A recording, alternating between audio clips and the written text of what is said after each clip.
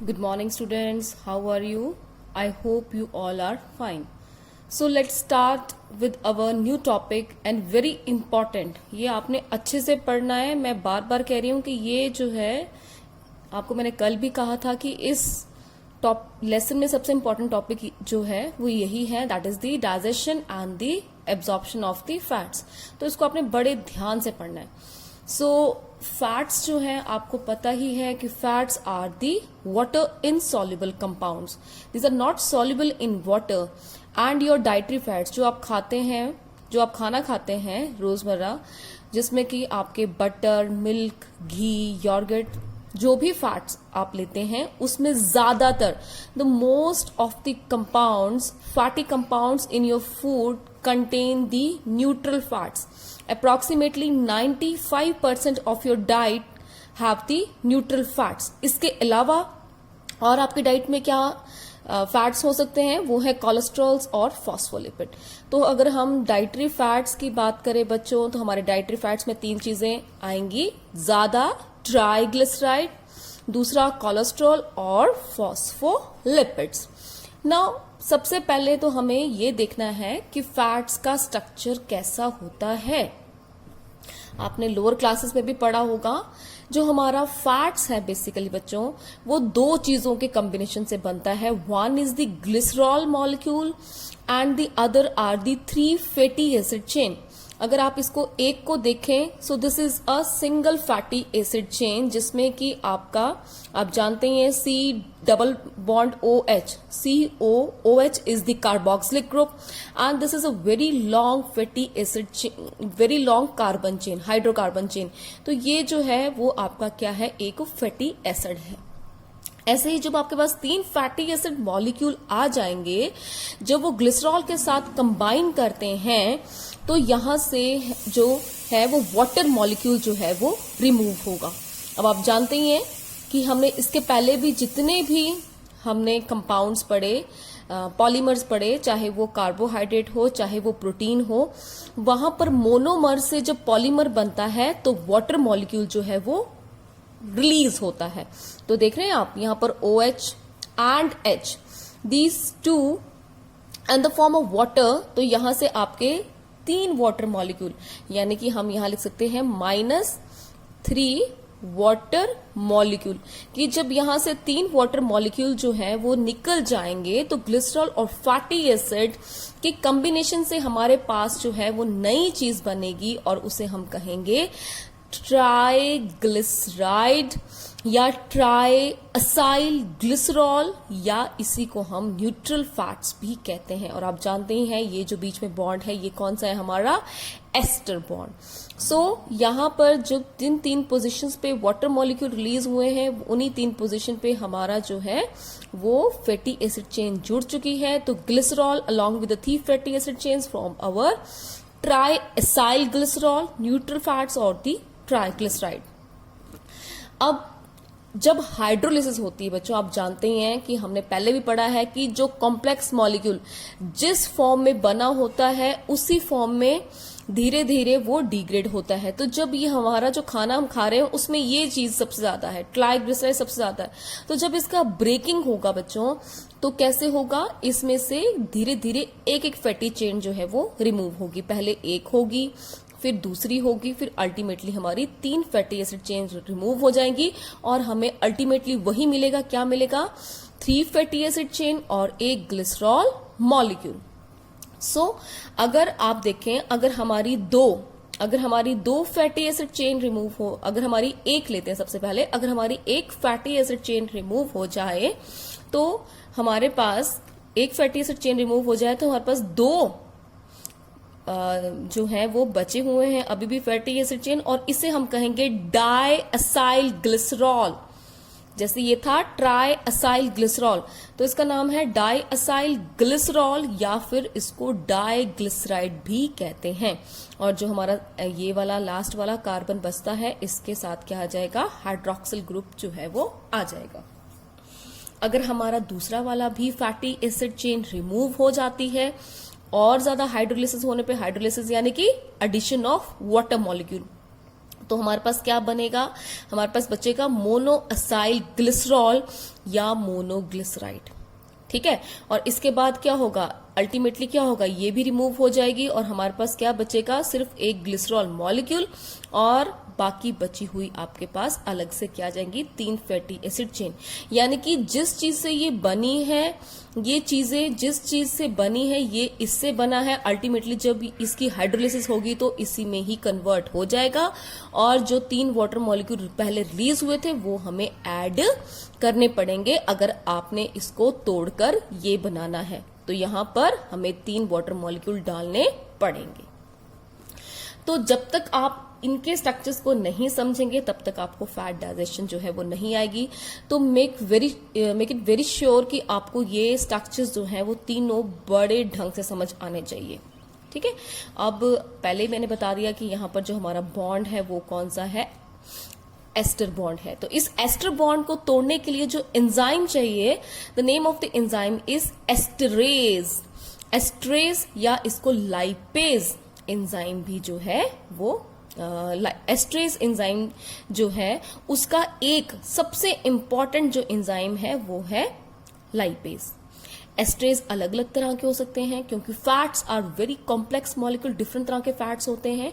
इसके अलावा आपके खाने में कुछ कोलेस्ट्रॉल भी होता है और भी बहुत सारी चीजें होती हैं, लेकिन सबसे इंपॉर्टेंट जो है वो आपके ट्राइग्लिसराइड्स हैं। तो इन्हें तोड़ने के लिए जो हमें एंजाइम चाहिए वो एस्ट्रेज है और एस्ट्रेज में भी सबसे इंपॉर्टेंट जो हमारा एंजाइम है वो है lipase enzyme. Now let's start the digestion of the fats. तो फैट डाइजेशन की अगर बात करें तो सबसे पहले हमारी बकल कैविटी में आ जाएगा। बकल कैविटी में एक एंजाइम प्रेजेंट होता है जिसका नाम है लिंगुअल लिपेज। जैसे कि नाम पता लग रहा है, लिंगुअल यानी कि tongue. So this is release by the dorsal surface of your tongue. अच्छा, अब मैं आपको बता देती हूँ कि इस लिंगुअल लिपेज की बात ना ही तो प्रदीप में की गई है ना ही मॉडर्न में की गई है। ठीक है, तो ये मैंने जो है किसी और बुक से सर्च करके लिखा हुआ है, तो आपने इसको मिस नहीं करना है because it is also important. तो यहीं से ही आपने इसको नोट कर लेना है। ठीक है, तो इसको लिख लेना आप लोगों ने। अब ये जो लिंगुअल लिपेज है, it is release by the dorsal surface of your tongue and it's optimum pH. Optimum pH यानी कि वो पीएच जिसके ऊपर ये काम करेगा सबसे बढ़िया तरीके से, वो पीएच है 4 to 4.5। राइट, अब करेगा क्या, होगा कैसे, सबसे पहले कि ये जो हमारा लिंगुअल लिपेज है, जो भी मुंह में आप फैट्स आएंगे जैसे ही, तो ये एक्ट करेगा किसके ऊपर, short chain triglyceride. Short chain का क्या मतलब हुआ, शॉर्ट चेन का मतलब हुआ जहां पर का हाइड्रोकार्बन चेन जो है वो बहुत लंबी नहीं है। ठीक है, उसमें 10 से लेके 14 तक ही कार्बन जो है वो प्रेजेंट हैं, तो वो क्या हुई, शॉर्ट चेन। अगर इसमें 40-50 carbon hydrocarbon molecule carbon molecule present है तो it will be a long chain fatty acid. So the lingual lipase that will act upon only the short chain triglyceride, ये short chain triglyceride को ही तोड़ सकती है। तो सबसे इंपॉर्टेंट जो शॉर्ट चेन ट्राइग्लिसराइड्स हैं, वो हमारा खाना जो है उसमें जो मिल्क होता है, उस मिल्क में बहुत सारे शॉर्ट चेन ट्राइग्लिसराइड होते हैं जिसको ये तोड़ने में मदद करती है, जिसकी हाइड्रोलिसिस में ये हेल्प करती है। ठीक है, अब ये आप जानते हैं हमने दूध पिया तो वो मुंह में कितनी देर रहेगा, बहुत थोड़ी सी देर। हमारे जैसे मुंह में कोई अब दूध चबाना तो हमने है नहीं, तो वो आप मुंह में जैसे डालेंगे वो तुरंत ही आपके एसोफेगस के थ्रू कहां पहुंच जाएगा, स्टमक में। It will soon reach your stomach. So the enzymatic activity of this lingual lipase will continue into your stomach also. ठीक है, स्टमक में जब तक स्टमक का जो ऊपर पार्ट है जहां पर एसिडिटी इतनी ज्यादा नहीं है,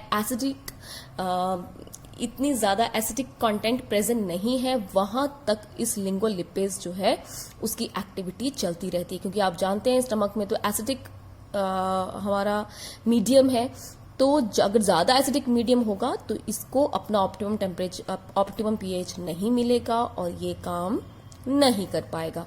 तो इसकी एंजाइमेटिक एक्टिविटी थोड़ी देर के लिए स्टमक में कंटिन्यू रहती है, और जो भी आपके खाने में शॉर्ट चेन फैटी एसिड हैं, छोटे छोटे चेन वाले फैटी एसिड हैं, उनको ये डाइजेस्ट करती है। एंड लुक वेरी केयरफुली कि ये जो डाइजेस्ट हुए फैटी एसिड हैं ये आपके स्टमक में ही एब्जॉर्ब हो जाएंगे। आपके स्टमक में जो आपकी ब्लड वेसल्स हैं, आप जानते हैं ना, पोर्टल जो है वो आपका वेन्स वहां पे प्रेजेंट होती हैं, ठीक है ना। तो उन पोर्टल वेन्स में जो है वो डायरेक्टली ये जो है आपकी शॉर्ट चेन फैटी एसिड जो है वो एब्जॉर्ब हो जाती है, ठीक है। तो जो छोटे बच्चे होते हैं ना, जो दूध ही पीते हैं, उनके लिए ये लिंगुअल लिपेज जो है वो बहुत इंपॉर्टेंट है, ठीक है, क्योंकि वो मिल्क ही लेंगे, तो मिल्क जो उनका फूड सबस्ट्रेट है उसके ऊपर आपका लिंगुअल लिपेज बहुत अच्छे से काम करता है। लेकिन ये डाइजेशन का रेट यहाँ पर जो है वो बड़ा स्लो है, उतना फास्ट नहीं है। क्यों? क्योंकि fat itself is a water insoluble compound, ठीक है। ये वाटर इनसॉल्युबल है, तो इसको पहले हमें वाटर सॉल्युबल बनाना पड़ेगा by a process called as emulsification. तो क्योंकि अभी तक हमने फैट्स की इमल्सिफिकेशन नहीं की है, इसलिए ये जो हमारा शॉर्ट चेन फैटी एसिड है जिसको लिंगुअल लिपेज एक्ट करता है, तोड़ता है, वो डाइजेशन का रेट जो है वो काफी स्लो है, उतना फास्ट नहीं है जितना कि आगे की एंजाइम फास्ट काम करेगी, because the fat is still in a non soluble condition, right. Now next is your stomach. अब हमारा जो फूड है वो कहां पहुंच गया? स्टमक में। अब स्टमक में जो एंजाइम है for the digestion of fat, that is the gastric lipase. Now this gastric lipase is weak enzyme. अब ये वीक क्यों है? ऐसा नहीं कि ये काम नहीं कर सकती, ये काम कर सकती है, बढ़िया काम करती है, लेकिन प्रॉब्लम ये है कि जो इसका ऑप्टिमम पीएच है दैट इज दी 7.8, जिस पीएच पे इसकी एक्टिविटी मैक्सिमम होती है वो पीएच इसको स्टमक में मिल ही नहीं पाता, बिकॉज स्टमक में आप जानते हैं पीएच जो है वो एसिडिक है due to the presence of the hydrochloric acid, so it will not efficiently work, that is why it is called as a weak gastric lipase। तो ये weak gastric lipase की तरह एक्ट करेगा और थोड़ा सा जो है वो फिर ये भी किसको तोड़ेगा? शॉर्ट फैटी एसिड चेन्स जो हमारे पास प्रेजेंट है, शॉर्ट फैटी एसिड्स हैं, उन्हीं को ये जो है, या फिर थोड़ी सी मीडियम फैटी एसिड चेन जो है उनके ऊपर ये एक्ट करता है, उनको तोड़ता है, right. Now what is the significance of the lingual and the gastric lipase? इसका क्या फायदा है आपको? क्योंकि दोनों की एक्टिविटी इतनी अच्छी नहीं है, दोनों ही एफिशिएंटली वर्क नहीं कर पाते, but they play a very important role in case of the new born babies, neonates. जो बच्चे ज्यादातर दूध ही पीते हैं, उनके लिए मेन सोर्स ऑफ एनर्जी दूध ही है, तो इस मिल्क में प्रेजेंट जो हमारी शॉर्ट फैटी एसिड चेन्स हैं उसको तोड़ने में आपके lingual as well as gastric lipase जो है वो they play a very significant role to provide energy, ठीक है। ये इस शॉर्ट फैटी एसिड चेन जो कि मिल्क में प्रेजेंट होती है उसको इजिली तोड़कर बच्चे को एनर्जी प्रोवाइड करते हैं। एंड जो अब स्टमक के बाद जो खाना कहां पर जाएगा? स्मॉल इंटेस्टाइन में। स्मॉल इंटेस्टाइन में क्या क्या हमारे फूड को किस किस से इंटरेक्ट करना पड़ेगा? सबसे पहले आ गया बाइल, उसके बाद आ गया पैनक्रियाटिक जूस, उसके बाद आ गया हमारी इंटेस्टाइनल जूस। तो इन सब में पैनक्रियाटिक जो हमारी पैनक्रियाज में प्रेजेंट जो लिपेज एंजाइम है वो सबसे इंपॉर्टेंट है, लेकिन किसी रीजन से अगर वो पैनक्रियाज की जो लाइपेज एंजाइम है, पैनक्रियाटिक लाइपेज एंजाइम जो है, अगर वो काम ना करे, अगर वो ठीक ना हो, जैसे उसको कोई प्रॉब्लम होगी है या cystic fibrosis, it is abnormality which is caused due to the insufficient work of the pancreas। Pancreas कई बार जो है वो काम नहीं कर पाते, या हमें पैनक्रियाज कईयों में पैनक्रियाज रिमूव करना पड़ता है किसी रीजन की वजह से, तो उस इंसान के लिए लिंगुअल और गैस्ट्रिक लिपेज ही बहुत इंपॉर्टेंट रोल प्ले करेंगे, ठीक है। सो ये आपने थोड़ा सा लिख लेना है लिंगुअल लिपेज और गैस्ट्रिक लिपेज के बारे में यहां से। नाउ अब हमारा फूड जो है वो कहां चला गया? Now food comes to the small intestine. Stomach के बाद फूड कहां गया? स्मॉल इंटेस्टाइन में। स्मॉल इंटेस्टाइन में जो सबसे पहले चीज उसके साथ रिएक्ट करेगी that is the bile. Now अभी तक हमने जितने भी डाइजेशन पढ़े that is the digestion of the carbohydrate and protein, वहां पर बाइल का कोई भी रोल नहीं था। लेकिन in case of the fats the bile play a very important role. Bile is a yellowish brown greenish alkaline fluid, ठीक है, और वो कौन रिलीज करेगा? लिवर रिलीज करेगा, और टेम्परली स्टोर होता है आपके गॉल ब्लैडर में, ठीक है। और उस गॉल ब्लैडर में जब वो स्टोर होगा तो वो, आप जानते हैं गॉल ब्लैडर पोटली जैसी होती है, ठीक है। तो वो जो हमारी गॉल ब्लैडर है, वो गॉल ब्लैडर जो है, गॉल ब्लैडर से होता हुआ जो हमारा बाइल है वो जाता है स्मॉल इंटेस्टाइन में। तो यहाँ पर एक स्फिंक्टर होता है जो कि उसकी ओपनिंग को या रिलीज ऑफ बाइल को कंट्रोल करता है, and the name of the sphincter is the sphincter of Oddi. Now, approximately 500 to 1000 ml of bile is released every day. इतना बाइल जो है आपका लिवर हर दिन बनाता है। बाइल जो है एक बहुत इंपॉर्टेंट कंपाउंड है जिसमें कोई एंजाइम नहीं होता, लेकिन फिर भी ये बहुत इंपॉर्टेंट रोल प्ले करता है। तो इसके ऊपर एक शॉर्ट नोट जो है कई बार पूछ लेते हैं 2 नंबर का, तो इसलिए आपको मैंने प्रदीप से इसकी फोटो क्लिक करके भेजी हुई है, that is the function of the bile. तो आपने वहां से वो पढ़ लेना है, कई बार पूछ लेते हैं। नाउ कॉम्पोजिशन की बात करें तो bile is having 86% of the water. Bile में ज्यादा क्या है? पानी है। इसके अलावा थोड़ा सा म्यूसिन, कोलेस्ट्रॉल और लेसिथिन। लेसिथिन क्या चीज है? लेसिथिन और कोलेस्ट्रॉल ये दोनों ही बच्चों एक तरह के क्या हैं? फैट्स हैं। फैट्स आर, मैंने पहले कहा, very diverse and complex molecule. अलग अलग तरह के फैट्स जो हैं वो आपकी बॉडी में होते हैं, और कुछ जो है वो आपको बाहर से भी लेने पड़ते हैं। तो ये लेसिथिन जो है वो एक तरह का फॉस्फोलिपिड है, मतलब कि one type of a fat. Cholesterol भी एक तरह का क्या है? आपका फैट्स ही है। नाउ अब आपके बाइल में और क्या होगा? बाइल पिगमेंट्स होंगे जिसका नाम है बिलीवर्डिन एंड बिलीरुबिन। ये बिलीवर्डिन जो है वो ग्रीन कलर का होता है, बिलीरुबिन जो है वो येलो कलर का होता है। इसके अलावा बाइल में बाइल साल्ट्स होते हैं जैसे कि sodium glycolate and sodium taurocholate. Very important, bile have no enzyme. Now what is the role of the bile? Bile help in the emulsification of the fat. मैंने पहले ही बताया कि हमारा जो फैट है that is insoluble in water, वो पानी में insoluble होता है। तो उसको हमें, हमारी जितनी भी एंजाइम है वो सारी की सारी हमारे जो है वो वाटर वाले मीडियम में ही काम करती हैं, क्योंकि आपके इंटेस्टाइनल जो ट्रैक है उसमें जो मीडियम है वो वाटरी ही है। तो हमें हमारी एंजाइम्स अच्छे से काम कर पाए, अच्छे से फैट्स के डाइजेशन कर सकें, इसलिए हमें फैट्स को जो है वो इनसॉल्युबल से क्या बनाना पड़ेगा? Water soluble. So this is done with the help of the bile salts. Bile salts इसमें इंपॉर्टेंट रोल प्ले करते हैं। अगर आपको याद हो, हमने 10th में भी पढ़ा था detergent action of the, detergent action हमने पढ़ा था, या सोप का हमने एक्शन पढ़ा था कि जो हमारा ऑयली डर्ट होता है उसके ऊपर सोप कैसे काम करता है। तो वैसा ही काम जो है एग्जैक्टली हमारे बाइल साल्ट करेंगे किसके ऊपर? इस फैटी फूड के ऊपर। तो ये कैसे करेंगे? With the help of the bile salt and the lecithin. Lecithin क्या है? एक तरह का फोस्फोलिपिड है जो कि आपके लिवर में प्रेजेंट होता है, ठीक है। तो ये बाइल साल्ट और लेसिथिन ये दोनों के दोनों डिटर्जेंट एक्शन करेंगे किसके ऊपर? फैट के ऊपर, और इसको इनसॉल्युबल से कन्वर्ट कर देंगे सॉल्युबल फॉर्म में। Now this is the large fat globule. आपने जो खाना खाया उसमें जो है बड़े बड़े फैट ग्लोब्यूल्स हैं जो कोई वाटर इनसॉल्युबल है। थोड़े से तो इनकी डाइजेशन हो चुकी है, कहां पर?